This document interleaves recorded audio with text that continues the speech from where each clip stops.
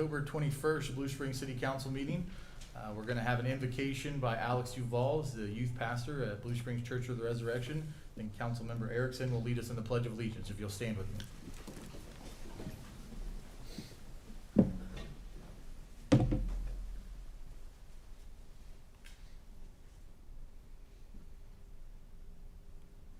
Heavenly Father, thank you for this day. Thank you for the gathering of city council members and city citizens, Blue Springs citizens here to work on problems that benefit our community, Lord. Remind us in this time of an election cycle that has been filled with animosity and turmoil that we are children of God and citizens of the United States before we are Republicans and Democrats. Thank you for all the blessings and the opportunities that you put in our way. Thank you for the wonderful weather we've had and the opportunity to gather here tonight. It's in your Son, Jesus' name we pray. Amen. I pledge allegiance to the flag of the United States of America and to the republic for which it stands, one nation, under God, indivisible, with liberty and justice for all. You can be seated. Thank you, Mr. Duval and Councilmember Erickson. I'll call the meeting to order now. First item on the agenda is a confirmation of a quorum. Councilmember Kaler, Present. Folin, Present, Fowler, Present. Erickson, Present. Edmondson, Here. Culpepper, Present. Mayor Levasseur. Here. We have a quorum. Next item is the consent agenda. Do I have a motion to approve? So moved. Is there a second? Second. Any discussion? All right, roll call. Councilmember Kaler, Aye. Folin, Aye. Fowler, Aye. Erickson, Aye. Edmondson, Aye. Culpepper, Aye. Mayor Levasseur. Aye. Carried unanimously. Next item is a conditional use permit for Home Depot. We have a request to have that continue to the November 18th City Council meeting. Do I have a motion for continue? So moved. Is there a second? Second. All in favor, aye. Aye. Any opposed, no. Okay, next item is also continuance, the Links rezoning and plan development concept plan to be continued to the November 4th City Council meeting. Do I have a motion to continue? So moved. Is there a second? Second. All in favor, aye. Aye. Any opposed, no? All right, already in item 6, we have the rezoning and plan development concept plan for Elks Lodge. If clerk can read the items into the record. Mayor, the city has one exhibit to enter into the record. City Council information form dated October 15th, 2024 with the following attachments. Staff report with attachments, application with attachments, affidavit of publication in the Examiner on September 28th, 2024, names, addresses of property owners within 185 feet of the site, copy of letter sent to said property owners, Title IV Land Use Section, Blue Springs Code of Ordinances by reference, 2014 Comprehensive Plan by reference, bill approving rezoning and plan development concept plan, and the plan development concept plan attached as Exhibit A. This is all we have to enter for the record. Staff can be sworn in, give the staff report.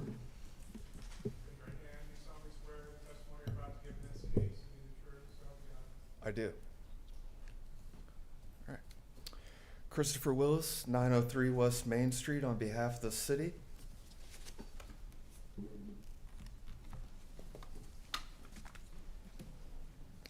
All right.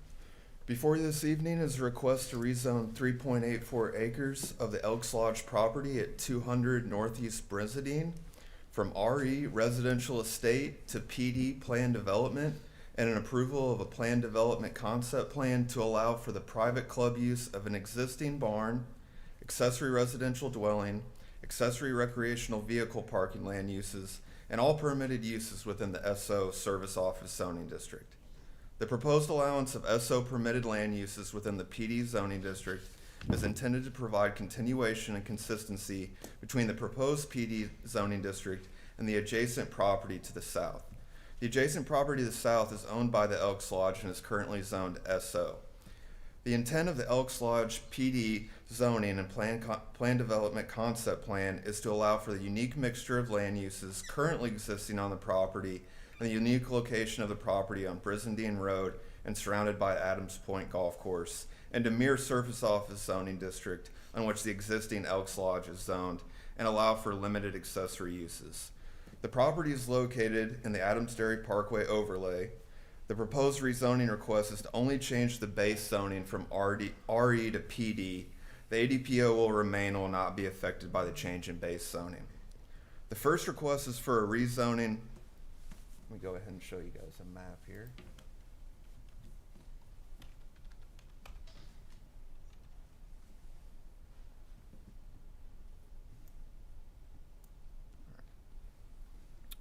The first request is for a rezoning of the property from RE to PD. According to the 2014 comprehensive plan, the future land use policy map designates the subject property as distinct destination. The subject property is also a part of the C2 area specific plan, which was completed as part of the comprehensive plan in 2014. The C2 area plan most closely classifies the subject property as civic, public, and semi-public, which is defined as areas to accommodate public entities, private uses that serve a broader public interest, or other facilities built and maintained for general public use.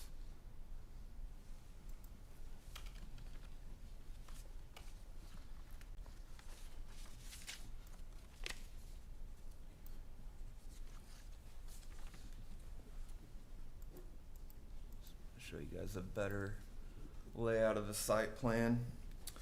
Second request is for a plan development concept plan covering the entire 3.84 acres of property. The site includes an existing barn which will be utilized to allow the space as a private club, a single-family home that will be utilized as an accessory residential dwelling. It's important to know that no further expansion to existing building or construction of other accessory dwellings will be allowed. And an area for accessory recreational vehicle parking that will have a maximum of 8 parking spaces on a gravel/recycled asphalt milling surface. And again, no further expansion and creation of additional RV parking spaces will be allowed. The proposed RV parking will only be available to Elks Lodge members, and no commercial or public RV camping/parking is permitted at the property. The applicant has requested modifications to the following through the plan development process. Modification from UDC 407.040 for landscaping, and we will waive the landscaping requirements since no further development is proposed at this time. However, if any development is proposed in the future, the site will have to come into conformance with the landscaping and buffering requirements. Per UDC 505.210, surfaces waive requirements for all commercial and private driveways to be permanently surfaced with dust-free material. However, if any development is proposed in the future, that section will have to be adhered to. Staff reviewed the rezoning request under review criteria and finds the rezoning request meets the policies, goals, and objectives of the 2014 comp plan.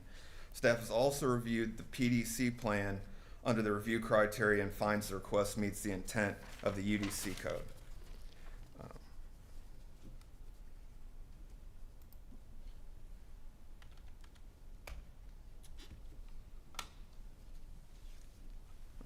Lastly, staff recommends approval of the rezoning application. The property is located in the Adams Dairy Parkway Overlay District.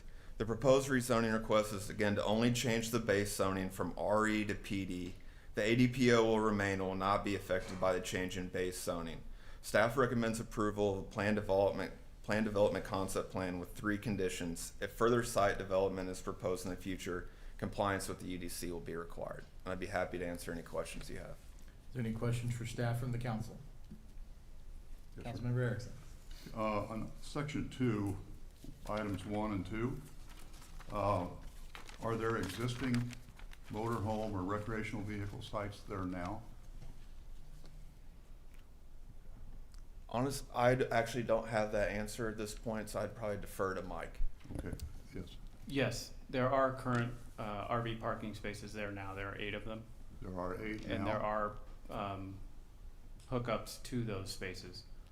Okay. So these are existing parking spaces. The reason I asked that was because of no further development. I didn't see them on the map. They don't show there. Yeah. It's all there really is there is a little pedestal where they hook up to water and electricity and things Because like it's that. just, the map is absent the motorhome or the vehicle as opposed to, so the hookup's there. Okay, that Yeah. satisfies that question. And section 2, excuse me, I'm sorry, B in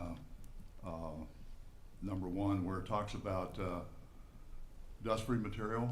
So we don't consider asphalt millings dust-free material anymore? It is not listed in our code as a typical parking surface for commercial vehicles, for commercial properties, that's paved or asphalt or concrete. We have had some properties that have used recycled asphalt millings compacted as an alternative to create a dust-free material. In each one of those instances, it has been done through the development of a planned development project, and it's one of the modifications to our code that is requested as part of that PD. So we're keeping in that same line of thinking with this property. So a little editorial comment, I think it was about 2 years ago, we had the same discussion, Mm-hmm. and that definition was not there, and we discussed, I believe, I might be wrong, we discussed adding that, so I realize that's an editorial, but it'd be nice to not have to ask that question again. So I believe that's all I had. Any other questions for staff? Okay.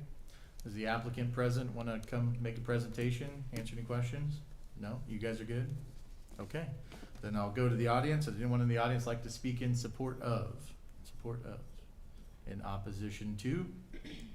Any other comments from the council? Councilmember Culpepper. Yeah, I have a question. What is that house currently being used for? I thought maybe the applicant was gonna be up here. Either. It is being With used that. as a rental house. So people are living in that Yes. and they're renting it to a Yeah. family? Yeah, there is a tenant in there that it is a single family dwelling being used as a rental house. And this PD would allow them to continue to do that as an accessory use only. So I guess my question is, the people that are renting that, are they connected to the Elks? I understand that the RV parking will be for Elks members. So is that the case with this single family residence that's on the property? I am not sure about the current tenant, but the way that the PD is written, there is no stipulation that has to be for an Elks member. All right, thank you. Councilmember Edmondson. Yes, I just want to say that the RV parking is offered by the Elks Lodge throughout the nation, and I know a lot of those members travel throughout the nation and make use of those parking spaces. So I would like to welcome those people into the city of Blue Springs and their tax dollars that they may spend here. Okay. Any other comments? Ditto. With that, I'll close the public hearing. Next item on the agenda, item 7, introduction and reading of the Elks Lodge rezoning and PDC. I will introduce that. First reading of Bill 5269, an ordinance approving an application to rezone the property address 200 Northeast Brizendine Road, consisting of 3.84 plus or minus acres of land from RE Residential Estates to PD Plan Development, and a Plan Development Concept Plan to allow for the existing private club, accessory residential dwelling, accessory recreational vehicle parking, and all permitted uses within the SO Service Office zoning district for BPOE Elks Lodge. Your Honor, move the bill be approved on its first reading and proceed with the second. Is there a second? Second. Any discussion? All in favor, aye? Aye. Any opposed, no? Second reading. Second reading of Bill 5269, an ordinance approving an application to rezone the property at address 200 Northeast Brizendine Road, consisting of 3.84 plus or minus acres of land from RE Residential Estates to PD Plan Development, and a Plan Development Concept Plan to allow for the existing private club, accessory residential dwelling, accessory recreational vehicle parking, and all permitted uses within the SO Service Office zoning district for BPOE Elks Lodge. Your Honor, move to approve the second reading and provide the proper ordinance number. Is there a second? Second. Any further discussion? Roll call. Councilmember Tholen. Aye. Fowler. Aye. Erickson. No. Edmondson. Aye. Culpepper. Aye. Kaler. Aye. Mayor Levisay. Aye. Motion carries, and given ordinance number 5375. Next item is bill number 5270, approving a sub-award agreement with Jackson County Task Force. I will introduce that. First reading Bill We have a 5270, an ordinance approving a sub-award agreement for the Jackson County Drug Task Force for the 2023 Edward Byrne Memorial Justice Assistance Grant. Your Honor, move the bill be approved on its first reading and proceed with the second. Is there a second? Second. Any discussion? All in favor, aye? Aye. Any opposed, no? Second reading. Second reading Bill 5270, an ordinance approving a sub-award agreement for the Jackson County Drug Task Force for the 2023 Edward Byrne Memorial Justice Assistance Grant. Move to approve the second reading and provide the proper ordinance number. Is there a second? Second. Any further discussion? Roll call. Councilmember Fowler. Aye. Erickson. Aye. Edmondson. Aye. Culpepper. Aye. Kaler. Aye. Tholen. Aye. Mayor Levisay. Aye. Carried unanimously and given ordinance number 5376. Next item is a presentation for on-call consulting services from Cochrane. Looks like, Mr. Doval, no? Okay. Whoever the representatives from Cochrane are, you can come up and give your presentation. Good evening, and thank you for having us. My name's Sally Bartna-Bothman. I'm a partner with Cochrane, and this evening, the pavement transportation for 2025 will be presented by Dave Christensen, one of our principals, head of transportation. Also, we have this evening Toby Williams, our regional Kansas City manager. So thank you very much. David. Thanks, Sal. Good evening, everyone. Next slide, please, Dennis. Okay, so we're talking about your asphalt resurfacing project for 2025. So I thought we'd start first talking about what are we talking about? Asphalt. So what is asphalt? It's oil with rock and sand mixed together. That's why you call it a mix. And you add oil to it. When the oil is hot or liquid, you want to put it down on the ground with the mix design, the proper mix design with the right amount of sand, rock, smaller to bigger, and you put it down and you compact it, and that's what you get, a asphalt pavement. It's not just the black side up, there is a lot to it, the designing it, mixing it, getting the oil with it. So next slide, please.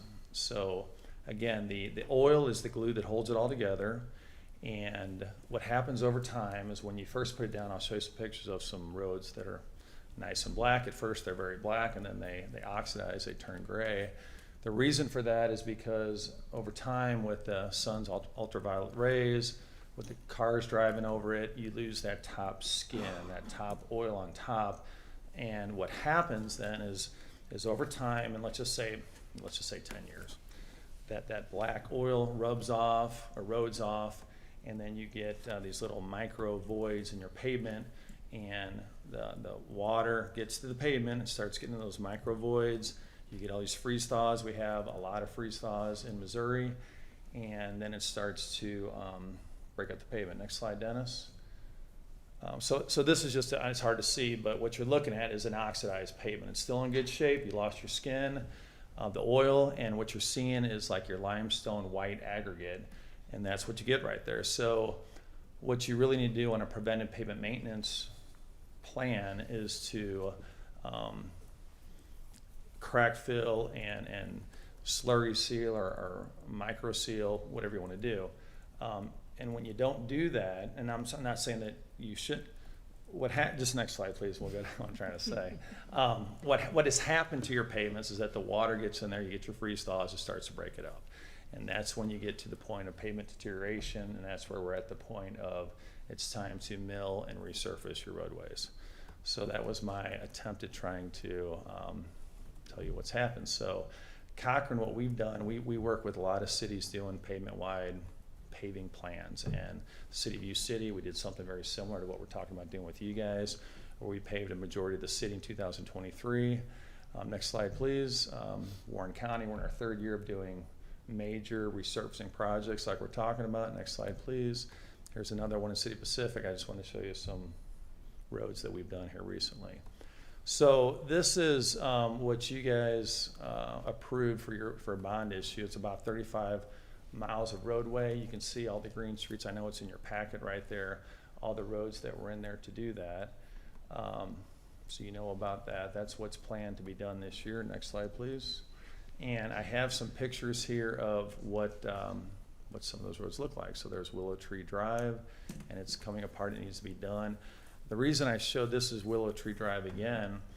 What you have in that center line joint right there is something that I think we will do with your project is what's called echelon paving, where in this case what happened is that the paver goes down one side, you get a cold joint, and the paver goes down the other side, and that joint is cold and it's not compacted like we were talking about earlier with the roller on it to get a good joint. And that's why you'll see this on state highway systems or counties. In your residential areas, what we'll do is we'll have either two pavers or one paver backing up to try to make the hot joint so that you don't have that situation right there. Another thing to note too is that this project that we're talking about it's pavements, it's not curb and gutter. So I know you have a lot of curb and gutter on a lot of your roads, but a lot of these roads in the green streets, it's not curb and gutter. So I didn't want anybody to think that we're putting in curb and gutter and drainage improvements. It's just pavements.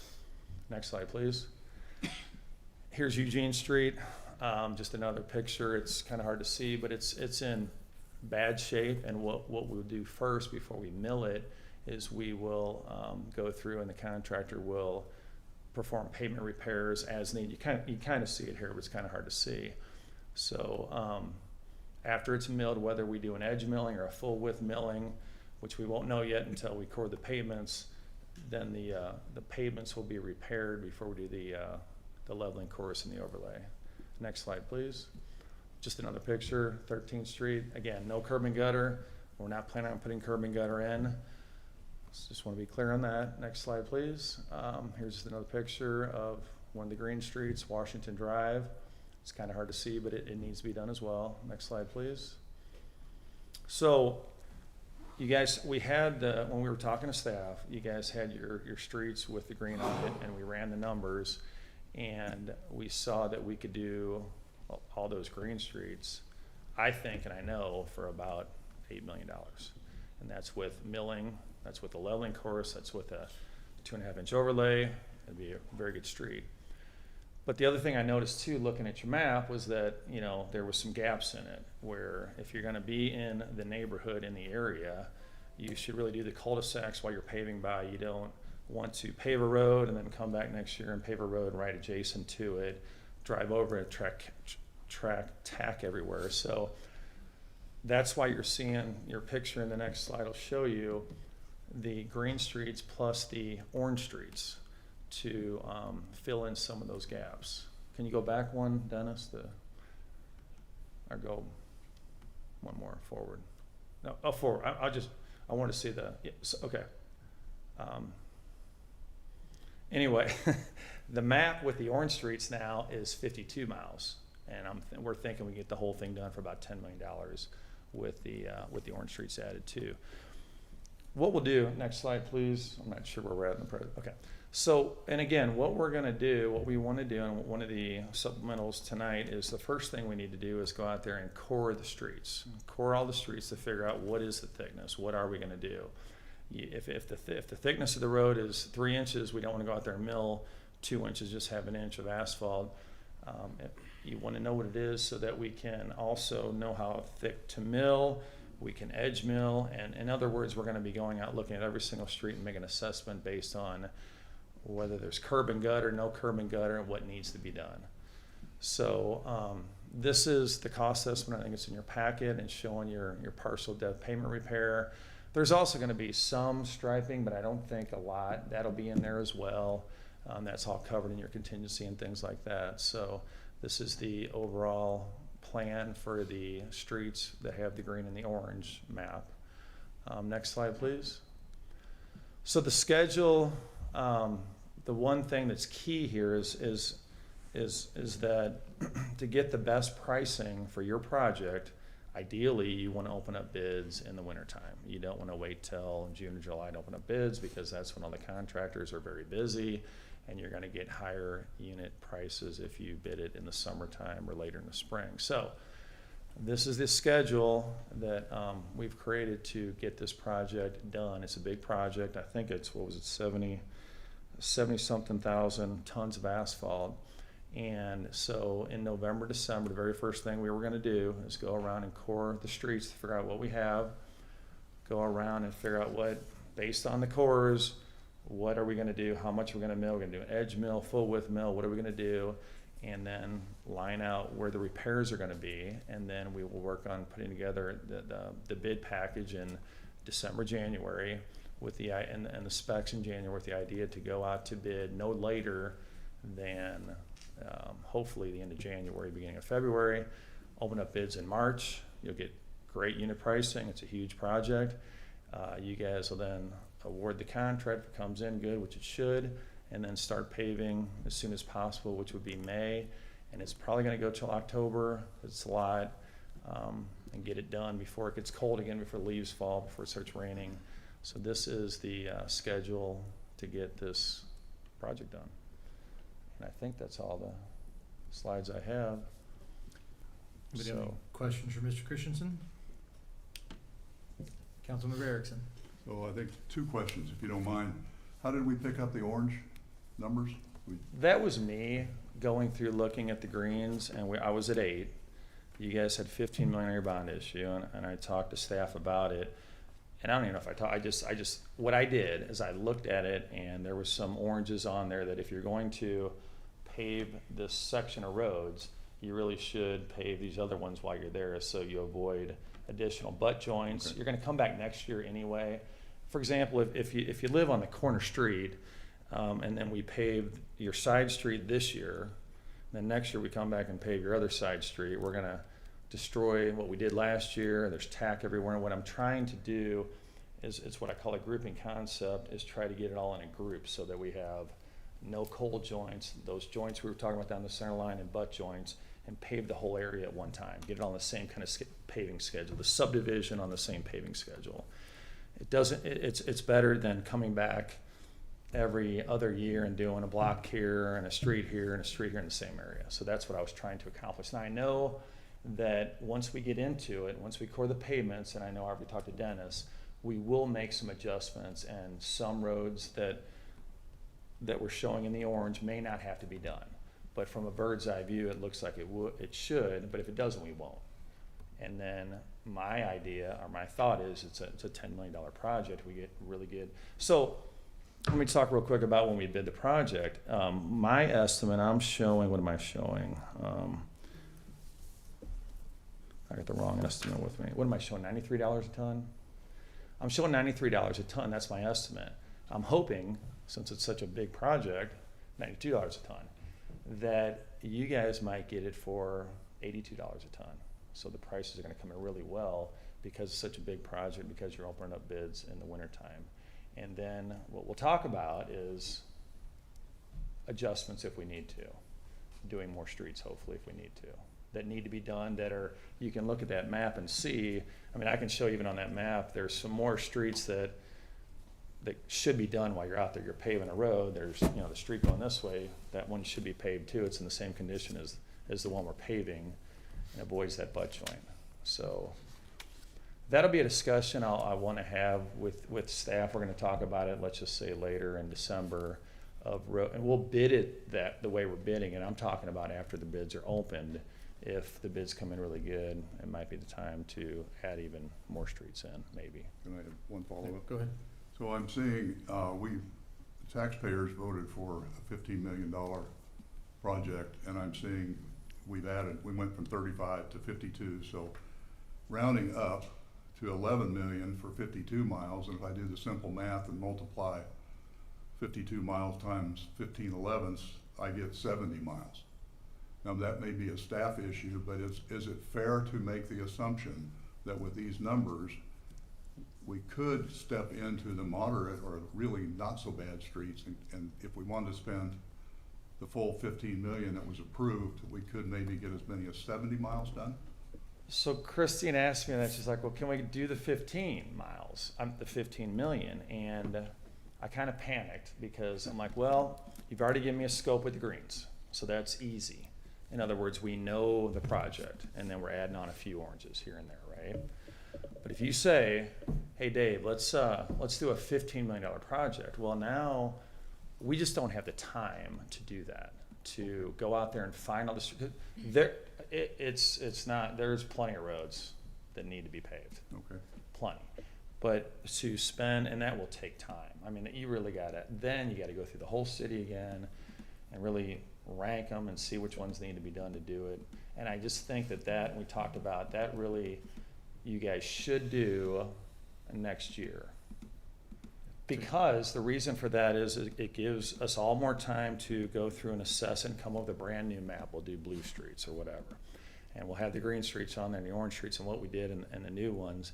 And then, because what we want to do is we don't want to rush and work real hard and then end up opening up bids for this phase 2 in July. Because then you might get $105 a ton. So that's me talking like, let's just do the greens, add some oranges that make sense as we go, and then do, yeah, a lot more streets next year. Plus, you guys have your, what do you get, $2 million a year that you guys do for resurfacing also. So, yeah, there's plenty to do. I just think that, I mean, it's the end of, it's October. Sure. And this is gonna be really, it's gonna be a lot to get done really quick. And again, I'll push our staff really hard to open up bids, early March, and we haven't even talked about it. When's your council meeting in March? When's your first council meeting? We're the first and third Monday, so I'm not sure of the date, but it'd be early in the month. Yeah, because I would love to have, ideally, you guys awarding the contract in the beginning of March. And to clarify, Councilmember, we will do $15 million Right. worth of, it just Right. may be in the next year. Well, And just to clarify, to put an exclamation point on your point there is, we're getting 50% more lane miles out of the less money than we had planned for. So as far as efficiencies for tax dollars, I want to thank Cochran and thank city staff for doing the hard work to make that happen. So in addition to the 5 million extra we'll have the additional, as Councilmember Culpepper always says, that's just what was in the bond issue, not to mention the money that's in the budget that we've committed to that as well, so. And just for the record, you're gonna get a nice lift of asphalt. Again, we're gonna core down, hopefully the roads are 6 or 8 inches. And we're gonna do a leveling course and then an overlay. A leveling course smooths we're gonna fix the pavement. We're gonna fix the pavement, put a nice leveling course down, which when you put your 2.5 inches compacted down, it's a good pavement. It's not, that's just for the record. It's not like I'm saying, oh yeah, we're gonna come in and do an inch overlay on your streets and really pave a lot of streets. That's not the case at all. It's gonna be a good, solid pavement, thick. If I may, thank you for that answer, Mr. Mayor. I appreciate that, because that's what I wanted to say. This sounds very optimistic, very hopeful. I don't think we have to spend $15 million next year. It's exciting to know that we're gonna get a lot of street done for the money that the voters voted in. Oh, yeah. Yeah, that's exciting. Thank you. You bet. Any other questions, Councilmember Fowler? Yes, Your Honor. It was probably 20 years ago or so, we did the slurry seal or whatever, and it was just basically some sand and gravel put on there, and everybody hated it. And luckily we didn't go back and do that again, because people didn't ride, or they didn't want their kids riding their bikes on it. It was just really poor. But then probably 5 years ago, they started with a sealing program that, maybe it's the micro seal, but it was thicker and it was smoother. I don't hear you recommending anything like that. So what I was talking about in the beginning, kind of trying to get rolling, when you guys do your pavements, okay, we're gonna do something to think about. You're gonna do your pavements, it's gonna be black, it's gonna look great. And then over time, that skin's gonna wear off, it's gonna oxidize.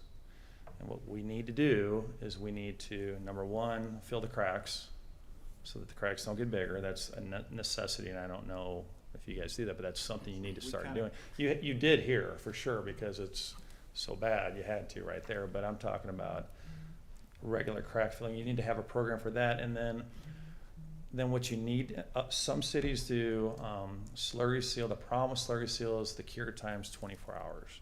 The only ones that I work with that do it is actually Osage Beach at the lake.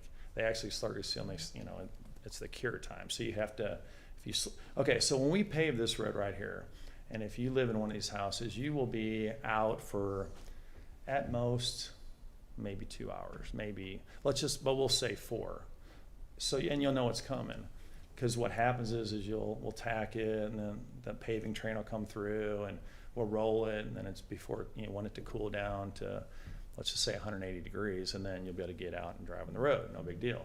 With these other preventive pavement maintenance, slurry seal, microsurfacing, other things like that, the cure time is longer. So it's something we need to think about and talk about in the future, but you're not there.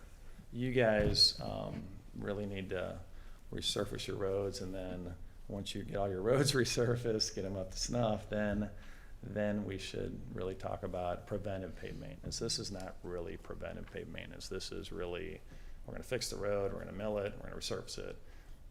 Is the title preventive pavement? Whatever it is. It's not really, preventive is like changing your oil. You don't let the engine blow up before so that's crack filling and some sort of get that skin back on. I remember probably 20 years ago, we used to do the crack sealing where we would go out and really fill them. And you can see that people put smiley faces on there and things like that, you know, when they were out doing it. So, but I don't think we do that as much anymore as the staff, do we? Is that correct? But it sounds like you would be recommending that. Oh, 100%. I think Yeah. that these roads we do this year, I would like a crack filling crew. I mean, again, I don't like anything. I want every 2 years, just come through with the wand, and if there's a crack, fill it. I know aesthetically, whatever, you're filling cracks, but you're keeping your pavement. So I think I would require it. I mean, you should. And then, I mean, if you hit it in 3 years, probably I guarantee in 2 years you won't need to do much crack filling, unless there's some butt joints that need to be done. But in about 3 or 4 years, you'll start to see maybe some hairline cracks starting. So fill those hairline cracks before they get bigger, before the freeze thaws come in and make them bigger. Because once they get big and get like this, you know, that's not what we want right there. So that's in the first part of a road's life. It sounds like you're saying do that to the new roads when we do it, or would you be suggesting we do that to the already aged roads that we have? So, okay, so the roads you have, let's first figure out when are we gonna pave them. In other words, let's don't crack fill a road this year that we're gonna pave Sure, next sure. year. So I think we gotta figure out, what will be nice is you know, what are we gonna do over the next 5 years, over the next 10 years? And then based on that, you can do your utility replacements, your water line replacements, you can do everything you want, and we can do, because yeah, there's no reason to crack fill a road if you're gonna resurface it in 2 years. Sure. Let it go. All you gotta worry about now is potholes, which if there's a pothole in the wintertime, you send the crew out there with the cold mix, fill in the pothole, and don't worry about it. If you know that you're not gonna get to that road for 5 years, then don't throw a cold patch in there. Let's do a real fix if we do a fix. Because if we do a poor fix and then we come back every 2 years, we don't want to do that either. So it's good to have a plan. Yep, okay. Most of these streets that we see on the map are pretty much residential streets. But when we've done some, I guess, collector streets or bigger streets like Moreland, we saw where the base was not built good enough, and we had to go in and really rework the base on that. You don't actually know sometimes until you get into the project what it's going to, you know, how bad that is. But I don't hear a lot of that talk with these residential streets. So the way I look at it is this. First thing I have to do is core the pavements to see how thick they are. And it's going to vary. Some of your roads on those greens are going to be 8 inches thick. Some are going to be maybe 3 inches thick. They're going to be whatever they are, okay? So what we do then is we look at, okay, is there a curb or not? If there is a curb, we don't want to keep paving and lose your curb height. And what you can do, there's tricks to it. What you do is you mill. And you can either mill, okay, let's suppose your curb is gone. You guys just kept overlaying it, the curb's gone. We're probably going to mill down because it's thick enough. We're going to mill 2 inches and then put 2.5 to 3 back on. We're going to increase the crown a little bit. There's things we can do edge milling where you mill an inch at the edge by the curb to 0 and 7 feet. The milling machine's 7 feet wide, and your typical cross slope is 2%. It might end up being a 2.5, 3%. You'll never know it. It's no big deal. If you keep doing that, though, eventually it will get really steep, and when you open up your door, it'll swing open. We're not going to get to that point. So that's what I'm saying. I don't know exactly today what we're going to do with each one of these streets, but once we core it, and we'll let staff know what's going on, we will figure out what is going to be the right treatment for each road, each section. And I can tell you, just looking at it, like the sections down there on the left, they're all going to be the same kind of treatment. You know, each grouping is going to be kind of the same for sure. But again, we're going to core the roads to see what we're talking about. Okay. And then one more question is kind of for you and for staff. Over the last 5 years, we've done, I think you mentioned maybe ranking. We had a service to do that. Is that going to continue, or are we going with somebody else, or what's the story with that? You're asking me? Well, So does staff have what you really should do is it's called PASER, P-A-S-E-R, and that's the adopted. If you're going to use federal funds, they want to see a PASER analysis. PASER is 1 to 10. It's not 1 to 100. And 1 is completely failed, 10 is brand new, 1 to 10. It's a visual inspection, and that's what you figure out what they are. What you're talking about is a PCI, pavement condition index, and it's very technical. And again, it'll give you results, and you'll get a 45 over here and a 65 over there. But again, I'm back to, we're going to pave the whole area anyway. So what's the difference if this one's a 65 and that one's a 35? The average, we're just going to do that area. So I used to be a public works director, and sometimes simpler is better. So that's why I'm looking at it as, you can see I'm starting to make groups over there and just come in and pave the groups based on what needs to be done. And a lot of your roads need to be done, whether we do them this year, next year, the next year, they need to be done. So studying to death and ranking them with the it's Well, not really I getting do, you. whatever ranking system we're gonna choose to go with, I do like having a ranking system so that people can see theirs relative to others and get some kind of a gauge. Well, yeah, it would be the Pazer analysis where it would just be, okay, instead of block by block knowing what the condition is, maybe it's area by area, subdivision by subdivision, and that's why we're doing that subdivision, that's why we're doing that one before we do this one. And we're gonna get to this other subdivision in maybe 3 years. So, does that answer the question? Okay, that's just. Any other questions? Councilmember Colvin? Yeah, I just want clarification. I kept hearing coring, and I wanted to make sure, I think what I've surmised from our conversation is that it's just strictly to find the depth that is currently there. There's no other analysis done while you're doing that coring. It's just strictly for the depth. Yeah, and I should have brought some cores in to show you. You take a coring machine out there and you core a, I don't know what it is, 1.5 inch diameter core, and you pull it out, and then you can see the cross section of what asphalt is it. You can see how big the rocks are, the aggregate is, and you see what you have to work with, and you can see if it's 1 or 2 lifts, and it tells you what you need to know so that you know what you want to do to the pavement. But Okay, yeah, thank you. it's. Councilmember Fowler? Yes, Your Honor. One more question. This is somewhat a political hot potato in our community, so, but we have trash trucks that could go in a subdivision every 5 days out of the week, I guess. I don't know if it's that bad, but there's certainly multiple services that do service our neighborhoods. Is there any recommendation about that? Are we really impacting our streets by having too many different services? Do you have a history on that? Yeah, I mean, you have 5 different trash companies? Oh, probably. Yeah, I mean, that's a lot of heavy. It's free enterprise system, so somebody can start one up. It's a lot of heavy trucks on your roads. I can't worry about that with what we're doing. We're gonna spec out a state mix. It's gonna be a very durable mix. We're gonna get it compacted where it should be. It's gonna be, the density is gonna be what it should be, and yes, of course, less would be better. Oh, okay, all right. Yes, it would be better, but. Any other questions? I have a comment for Councilmember Fowler. I just got the information that we just restarted a crack sealing program this past year because we didn't have a crack sealer, and they just finished up working on ADP. Good. Perfect. We have the staff in the audience who got me that information real quick. Thank you for your presentation. Is anyone else from Cochrane that has anything else? I don't think so. Okay. I think we're good. Thank you very much. Thank you so Appreciate much. it. Next item on the agenda is a resolution approving a contract with Cochrane. Do I have a motion? I would make that motion, Your Is Honor. there a second? Second. Any discussion?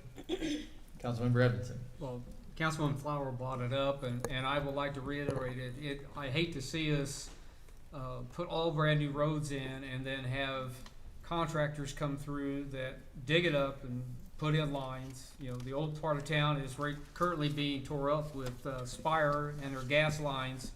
A good example is 15th Street. It was blocked off for a couple of weeks there. I don't know whether, and I'm not picking on staff, don't take it wrong, but if there's some way we could give them a project map to maybe those contractors, so maybe they could get their stuff done prior to them coming back and overlaying that fresh asphalt, and then they come in and cut it and dig it up and patch it. Because when you patch it, now you got cracks. Because that's what they do, is just put it back down and it's cracks around it, and sooner or later with the weather, it's gonna split and open up. So I don't know if there's a a good way of avoiding that, but I wish we could, because I hate to spend taxpayers' good money on a road and then have a contractor come in and dig it up and ruin it. I think staff is hearing you, so seeing some head shakes. Any other discussion? Okay, all in favor, aye? Aye. Any opposed, no? Next item is a presentation for lead service line inventory. Who's the exciting people that are gonna do that first? HDR, come on up. You guys look good. Good. Thanks for having us. Excuse me, yes, we want to talk about lead service line inventories and also the lead and copper rule improvements. So it's a new regulation that's out. I'm sure you all have heard about it. I know you've been hearing about lead and copper for many years. And so we're finally coming to an end point here and how this regulation is going to change. And we're just going to lay out quickly for you what that rule looks like going forward. There's a lot in it. Obviously, can't cover it all here Can tonight. you tell us who you are and who you have with you? And with that, I'll introduce the group that we've got here. So my name's David Karani, with HDR for going on 10 years. I've actually been working for the city of Blue Springs in various capacities at different consulting firms for 21 years. I think Blue Springs is the first municipality I ever started working for, working on issues out at your wastewater treatment plant. So Well, welcome back. I lead up our regulatory compliance group out of Columbia. So we mostly focus on the wastewater side, but when drinking water issues pop up, we help out there. So happy to be here. I've got a handful of folks with me. I'll let them introduce themselves if and when they come up, but just real quickly. Chris Jackson sitting here behind me. He's out of our Kansas City office. He's the one who's been leading up a lot of these projects with communities we've got here in Missouri and Kansas. And so I'll bring him up in a couple slides and he'll talk through just at a high level some of the details of the new rule. And then sitting back here in the back with him, so supporting him is Alex Beck, you see over in the back there. And then Chris Deffenbaugh, who heads up our strategic communications team. Strategic communications and outreach is obviously a really critical piece of this, implementing this whole rule. It's going to be critical for you all, making sure that the messages that get out to the community about why you have to take certain actions are the correct ones and align with the regulations. So with those introductions, we'll just go ahead to the next slide. So lead and copper rule revision, that's LCRR, lead and copper rule revision, and then the lead and copper rule improvements are these two sets of rules that have been dueling for the last few years under various administrations to improve what was originally the lead and copper rule that was developed back in 1991. That's the one that everybody across the country has been operating under for the last 30 years or so. In 2021, under the Trump administration, EPA put out what they called the lead and copper rule revision. Big, long federal rule, hundreds and hundreds of pages that added some more detail to that lead and copper rule, that original one, added some protections. Once the administration's changed over, the new administration came in and said, whoa, whoa, whoa, you know, we know we put that new rule out. Everybody's trying to figure out what that means for their communities, how they're going to comply. But just know that within a couple of years, we're going to actually improve that rule, which really means make it stronger and more restrictive. And so what you see up here on the screen is basically just an extreme oversimplification of the four categories of things that I've focused on in both of these versions of the rule. They're very similar when it comes down to it, but they're really trying to enhance and clarify LSL, so that's lead service line. That's the service line that goes from the public main in the street to the house, the private house. The inventory requirements that go along with that, you all have been hearing about inventories for a while. Cover what it means to replace lead service line, what the timelines look like, what the requirements are. There's new water quality and sampling requirements that are incorporated in these rules. And then, as I mentioned, the strategic communications piece of this, there's a lot of increase in transparency with the public, a lot of coordination and communication that has to go on with that. So 4 buckets. Chris will go into just high level what's in each one of those, but just to give you a little bit of background, and I won't spend a lot of time on this because it's probably boring at this point, but if you go to the next slide, as I mentioned kind of in my opening remarks, it's been a very long and winding road to get here. It's been very confusing, even for those of us who are in it every single day. This is very confusing. So if you have questions, which I don't doubt, don't feel bad because we're still kind of sorting some of these things out. And so this just shows you what's happened back since 2021. So right when the lead and copper rule revision came out, as I mentioned, that came out, EPA said, whoa, don't pay attention to all that. Just basically do the first thing we said, which was develop this inventory get that lead service line inventory of all of your system in by October 16th of this year. So it was just, a couple days ago. And then don't worry about everything after that because we're going to change it all up. And then so that's basically what's happened here in the last month or so. So lead and copper rule improvement was issued back a month or so ago. It's like a pre-publication version of the rule. It'll actually be in effect 60 days, I think, after that goes out. And so sometime around the end of October, we're going to have like a final lead and copper rule improvement rule that everybody's got to follow. That's at the federal level. One of the differences between drinking water and clean water or wastewater I usually work is that, wastewater, we get rules up from the federal level, and then DNR has some flexibility on what they adopt and when they adopt those rules.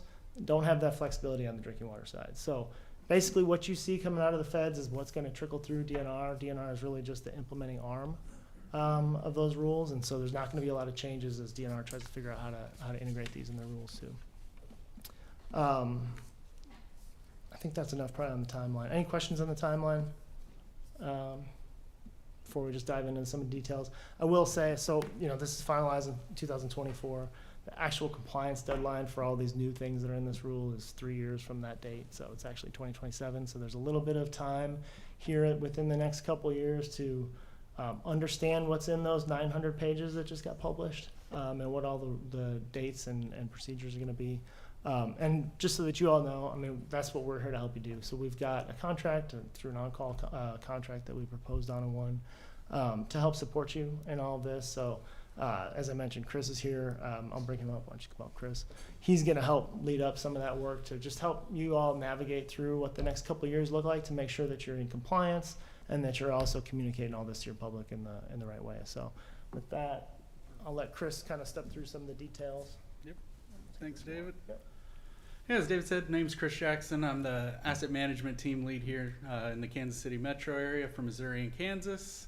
And this lead and copper rule improvement, in the lead and copper rule revision that preceded it and the lead and copper rule that preceded that, when it all comes down to it, it's trying to maintain and get the lead out of your water system. And so the first step of that, before you can start to get the lead out, you have to understand what you own. What do you have? What are the services you're providing to your current customers? And what materials are those?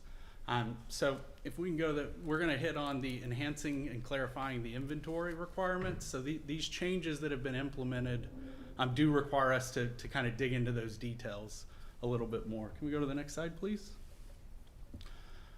And so I'm going to really hit on, there's a lot of text on this slide. I'm really going to hit on the big points on the left. So really, you've got to have additional details of your service line inventory. And so what is a lead service line? That is, you've got a water main running down your street, or you've got one maybe in an easement behind your house or an alley, whatever the case is. Coming off that water main, you're going to have a service line feeding each customer. And we need to know what that material is. That's step one, is figuring out what is that material. Y'all probably y'all own a portion of it and your customers own the other portion. We need to define what both of those are. So we've got to get the level of detail where we feel comfortable in that inventory. But to do that, you also have to understand that there's going to be some deadlines we've got to hit. So David kind of walked you through the timeline of how we got here. But this is a new rule that's going to become implemented in 2027. It really has ramifications through 2037. So between now and 2027, we get to digest the rule, figure it out, continue to build this inventory so we better understand, what we're dealing with, how many lead service lines we have or don't have, and then come up with a plan to attack getting those out of the system. When it's all said and done, the biggest change to this lead and copper rule improvement is they say by 2037 we can't have any lead service lines within your system. So it's a pretty big change. It's asking a lot. The great thing is that we have a plan and we've got some time, but 13 years is going to go a lot quicker than you realize if you don't start executing as soon as you can. And so that's really what it comes down to. When it's all said and done, we've got to figure out what we own, how many of those are lead, and how we're going to get them out of the system. We go to the next slide. And so replacing those lead service lines, once we do understand what they are, it's coming up with a plan. So like I said, you've got from 2027 to 2037, you've got a 10-year period to make sure that you replace all of those. So if you go to the next slide. So what exactly are we replacing? Well, if it's a lead service line, we need to get it out of there. There's also, though, a requirement for if it's galvanized, and it's a subset of galvanized line. So galvanized steel line was a pretty common material through most of the 20th century. If it was ever downstream of a lead service line, so let me give you some clarification on why that might have happened. If you have a service line on your side that you laid up to the meter or the curb stop, and then they built the house and then they came and ran it to the property, that's typically done by two different plumbers. And so one of them may have been copper and one of them may have been galvanized, one of them could have been lead, one of them could have been whatever material it was. And the way that the water chemistry works, and I'm an inventory guy, I'm not a water chemistry guy, but I know enough to get me through this. The way the water chemistry works is if that lead ever was to leach into your system, it could deposit on the galvanized. So the EPA and DNR are both saying, hey, if it was downstream of lead at any point, we do need to get that out as well. So those are the two ones that you have to concentrate on. Is if it was lead, it's going to need to come out by 2037. And if it was a galvanized that was ever downstream of lead, so that means pretty much, but really focusing on the customer side.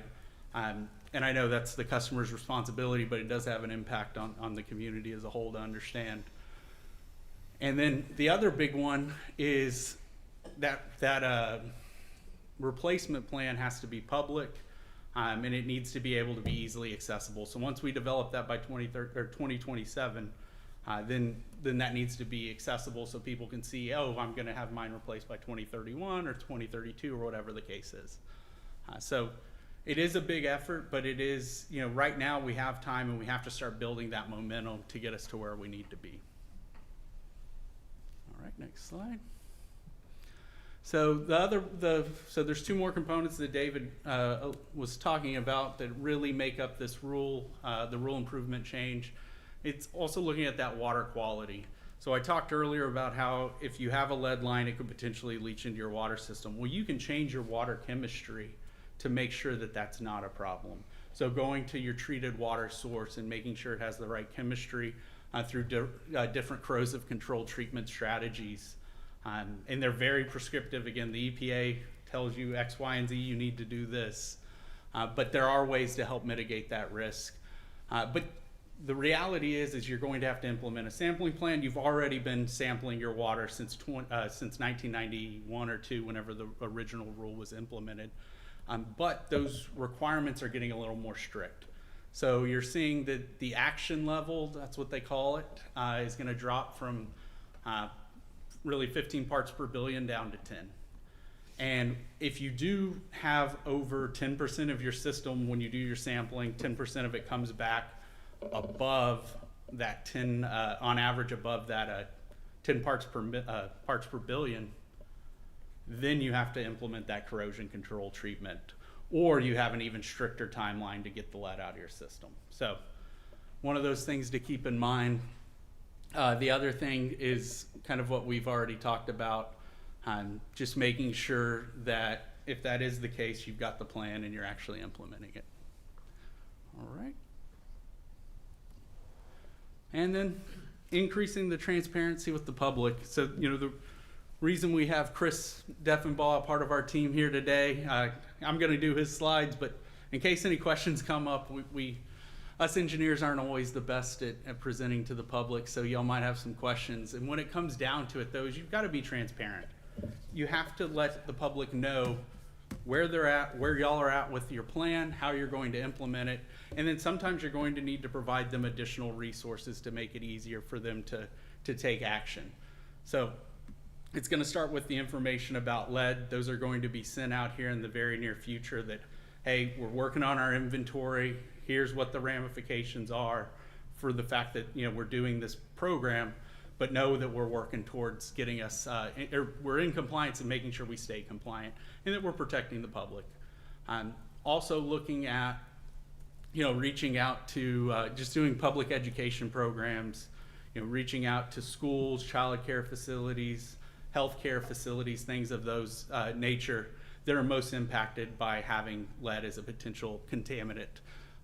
Again, it shouldn't be an issue, but it's just one of those things we need to be proactive and we need to be transparent.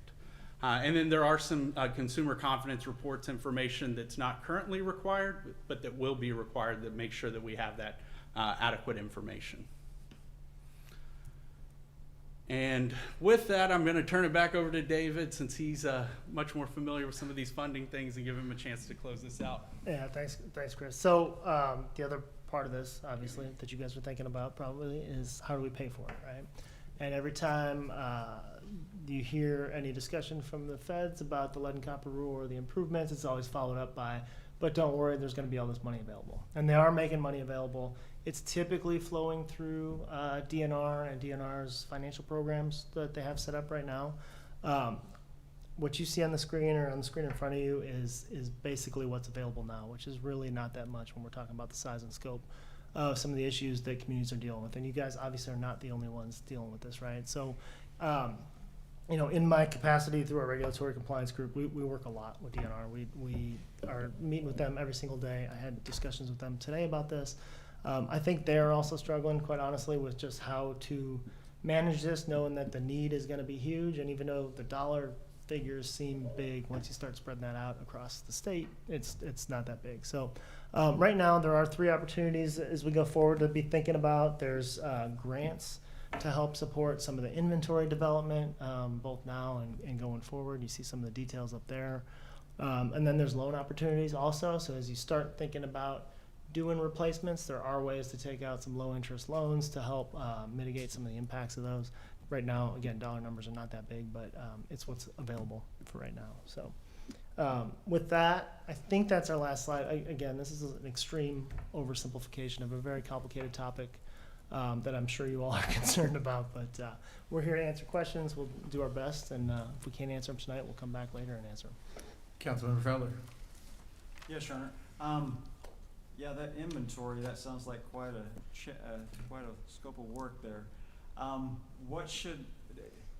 There's houses that are just built now, and we probably got an idea of what's in the ground, okay? We know it's not lead. Yeah. But does every household have to get, you go down there and you're looking at from the main to their meter, which I know that's the cities, is somebody gonna have to go down and look at each one of those, and vice versa from the meter in, is somebody gonna have to go dig that up? How do you do all that? No, it's a challenge. It's a challenge for utilities across the nation. And if you go back to the last slide, you'll see there's opportunities at 3 different stages, because each of these are not just a resource lift, but it's also a financial lift of determining exactly like you said. So lead was banned in 1989, or it was banned by the EPA in 1986, and it became adopted in Missouri in January 1, 1989. So if we know it was January 1, 1989 on, we can at least say it's not lead. We can feel comfortable saying You don't that. have to go dig it up to just prove Yeah. it. All right. But there are some requirements to go confirm what the material is now in lead and copper rule improvement. So it's going to be a big lift, and it's what we've seen utilities doing is a combination of going to the meter boxes, curb stops, wherever you can find that inventory, that line, and figuring out what the material is. Sometimes though, it does require potholing. We've seen utilities and have their customers go and do identification right where it comes into either your crawl space or your basement. And every single one of those efforts, it takes time, it takes resources, but it helps get you closer to the finish line. And so that's really what we're trying to do, is to take every way we can and create this data set to where we feel comfortable that, hey, we know what the material is and we have a plan on, if it requires no action, that's an easy plan, but if it does require action, we've got a plan to do that. And there's some iterative approaches you have to take, and really by 2034, you need to have really defined what that inventory is, and that gives you 3 years to finish your replacement plan. But you need to start all that now. And that's why we're here today, and really, we started working with the Blue Springs team to make sure that we don't lose the 13 years we have to get it out. If we don't start now and build that momentum, it's going to be a real challenge, and you're going to have your back against the wall before you know it. And I just add that I think from the conversations I've been in on, you guys have a lot of data to build on to do that. And like I said, the first round of inventories was due just a couple days ago for everybody across the state. And I'd say, with very few exceptions, most of those inventories had like 80% of the stuff was we don't know, and we're going to work on it over the next few years, just because of what you said. We just don't have the data, we don't have the information, or it's going to take longer to mine that data that we do have. So you're not unlike most other communities out there at the stage you're at right now. It's truly a challenge, but we're gonna get there. One more question. You've been talking lead, and I get that. I've certainly heard the risk associated with that. But you every now and then you say copper too. Is that because copper maybe was soldered with lead, or are you? Why are we talking copper? So it's funny. I was talking with one of my colleagues right before we came over here. I was like, every presentation I've given to city councils or boards, this question's asked: why copper? So the original rule back in the early '90s for that sampling was looking at both lead and copper. Both the revision and the improvement are really focused on lead and getting lead out. Copper is a good material. It's a material still being used by most utilities across the nation. It just happens to have been part of the original rule that they just revised and then improved. So don't think, ooh, copper's the problem. But you do need to make note that, hey, we have copper, and you are right, prior to the lead ban, there was solder happening that was, even on copper lines, a lot of the solder was still lead-based. But that's not what we're worried about. We're really worried about lead and figuring out what that material is for lead. It just happens to be that rule was lead and copper, and they just decided to change it, and revise it and improve it without changing the name. Thank you. Any other questions? Councilmember Erickson. So you mentioned downstream galvanized pipe from lead pipe. So extrapolating that out, can one determine based simply on water samples if we have lead pipes? Unfortunately, no. You can see if you have a problem, but the EPA doesn't allow for the actual inventory to be done via sampling, because if you have non-corrosive water, even if you had lead pipes, that sampling would still come back as showing not lead. So that was where I was getting, that if you have a problem and your sampling comes back bad, they will make you implement corrosion control treatment, because that will stop the lead problem. But they will not, because water chemistries can change in the future, they want to get all lead out, period, and make sure it's never a problem in the future. Water sampling alone will not be used for inventory. You have to physically determine what that material is. So that applies even to the individual homeowner.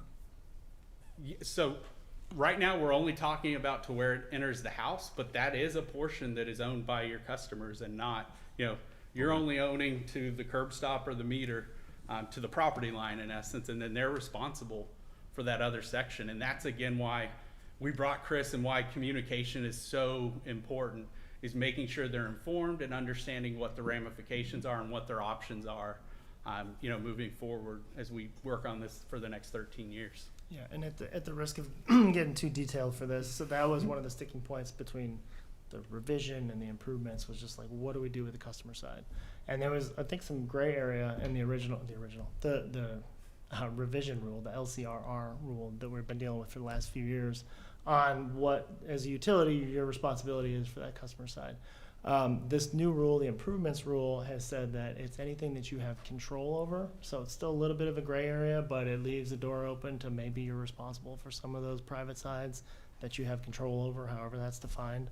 And then it does have requirements in there, if you do find lead on your side, to let that customer know and ask. I think it's at least 4 times. I think that's where it landed, to ask, for permission to get in there and help them replace their side at least 4 times. And then if the house sells again, you got to go talk to that new customer 4 more times, and it repeats itself. So it's a complicated issue. Yeah, and David hit on a good point. You're required to help them. You're not required to pay for them. Mm-hmm. So that's the other point. And another one that's a challenge, and why we bring up the funding, is we're talking options on how they can help. If it is the customer side, you're required to help them. You have to make 4 efforts to try and help them, but you ultimately do not have to pay for them, because that is, that's private property, and that is their responsibility. So that's a very big challenge. And I'm working in Texas, Kansas, and Missouri, and the consistent one is that's a sticking point of, that's private property, and that's something that you know, historically, you know, you have not had the ability to do that. So, yep. So Go ahead. No, Councilmember Culpo. Okay, I'm gonna put this in real simple terms. What I'm hearing, and you all heard the conversation about replacing our streets a minute ago. Mm-hmm. So what I'm hearing you say is that we can replace those streets, but now we're gonna have to dig those streets up to replace pipes. And we are gonna have to have individual homeowners dig up their yards to replace pipes. It's only a 41% possible, 41% payment off the grants. So the balance of that 59% is on the shoulders of the city, and the expense from the street into the house is on the shoulders of the homeowners. And we've dug up our brand new streets on top of it. Am I getting this picture right? You can say yes, So- it's okay. No, but I mean, the point you bring up is a great one, because one of the things that we are, so Chris, he said his role at HDR is the asset management lead. Asset management in our world is really like how to manage our utilities, particularly utilities in the ground, better. And one of the things we're always striving to do, or get our clients to strive to do, is coordinate those efforts with some of the other utilities better, so that if you know that you're gonna have a lead pipe, or maybe there's a sewer pipe also that we have to fix, and we're gonna be fixing a street, like, we need to come up with a more efficient plan to do that, so that we're not wasting everybody's money doing it 3 different times and ripping up the street 3 That's times. gonna be So hard, that's gonna be a hard it's sell extremely, to extremely hard. homeowners. Yeah. I mean, particularly as things are today, you know, a lot of people are stretching to get their budgets. And then you're gonna tell them you have to dig up your front yard because your pipe has lead in it, or possibly has lead in it. Yeah. And it's gonna be on you to finance that. Yeah, it is extremely, extremely difficult. You're right. No, and David hit it, that it's every utility I've talked to has the same concern. And the great thing though is we have some time to develop this inventory. I know the pavement that's getting laid, you know, here hopefully in the next few months may have passed. But the reality is as soon as we start to develop this inventory, a lot of them were coming back, they don't have lead, but we just won't know till we get the data and we start to really refine that. So to get that data, you have to, for instance, I'll just say like my front yard, you would have to come and dig a hole in my front yard and find my pipe and test my pipe. Is that what we do? So typically the first stage is to look at some sort of access point, oftentimes the meter box or a curb stop, just depending on how the utility's laid out. And then they can open it, expose the lines there. You'll typically see a fitting. A fitting doesn't count. You need to actually see the service line, and they'll determine what that material is from that. Depending on there's a couple different things where they would still, if they can't make the determination there, if there's sometimes all you see inside the meter box is fittings, so you're going to have to dig outside of there to see. And there is and without getting into the details of lead and copper rule improvement, there is some, hey, we're going to require you to go do some potholing for a small subset of your system to confirm that, hey, what you saw in the meter box really is what's happening there. It's a very small subset, but it is still another part of that. So yes, it starts with hopefully no dig, no impact to you, but I view it iterative. If we can find a record that says it's not lead, great. Oftentimes you don't have record. If we can find, hey, it was installed post 1989, great, we know it's not lead. But each of those steps you're having to do more and more work. And that is why there is some, funding, not just for replacement, but developing the plan and developing the inventory, because each of those, if you get into the weeds, may cost more money than you anticipate and take more effort than you're hoping for. It always costs more money than you anticipate. Yeah. All right, thank you. Councilmember Fowler. Yes, I guess, is this applicable to any size limitations here? Is this like every rural water district around? They've got to do it as well. Yep. Yeah, They're not really structured for that. There's Yeah. some, 50,000 at 50,000 customers, or 50,000, I can't remember if it's customers or residents, but people you're serving. There becomes more of you need to have a public facing website, and you need, it needs to be like, for smaller ones, they just need to have a copy of the inventory sitting at city council or at the, mayor's office, whatever it is, and you can come ask for it when you want. But the bigger you are, once you cross that threshold, you have to do more sampling, and you have to make more things public online. Okay. But everyone has to do the same thing, regardless. Some of our areas are serviced by water districts, so I assume that water district is gonna have to lead this effort for them, Yep. Yes. for some of our residents. Yep. All right. Thank you for your presentation. Thank you. You Thank thought you it was for going to being be boring. There you here. go. No, it was great. Well, thank you very And- much. Since we're talking about lead service lines, we do have a water quality report on the city's website, and we're good on our lead, so if anybody has any questions, see your public works staff over there. All right, next item is visitors. I don't have any visitors appearance forms, so I will send to the council members' comments. Any council members have any comments this evening? No? Your Honor, Councilmember Erickson. I left my phone off. There's no game on tonight for you to No bring it game up on. anyway. Shut it off and I had somebody help me to be sure it was done. Well, speaking of games, Friday night was the Blue Springs High School Blue Springs South game. So congratulations to the Jaguars on their win on the. I guess it's still called the Cat Clash. I heard that said out there. So Community Unity Week, yeah, raised had a lot of food donated, and so congratulations to the Jaguars. Also, before our next council meeting this Saturday at 10 a.m. is Trick or Treat Main Street. So just right out there in Main Street is a free event for bring out the kids and get some free candy. So there's nothing wrong with that. And then Saturday evening is the Parks Department's program, Spooky Springs at Young Park at 6 p.m. And I think there's still some opportunities to participate in that. So that's all I have. With that, I'll accept Councilmember Fowler. Yeah, just one more thing for the comments. I guess to recognize it was on the consent agenda, but we have a number of folks on the Charter Commission that's been appointed, and there were some of them still here with us, and I want to thank them for sticking out the evening with us. But also, that's a very important commission to be on, and residents throughout the community may want to, learn more about the charter, and so it'd be good to have the opportunity for these folks to be known. Absolutely. And Now that they're approved, we'll put them to work, right? Yep. All right. thank Okay. you for their service. With that, I'll accept the motion to adjourn. So moved. Is there a second? Second. All in favor, aye. Aye. Any opposed, no. We are adjourned.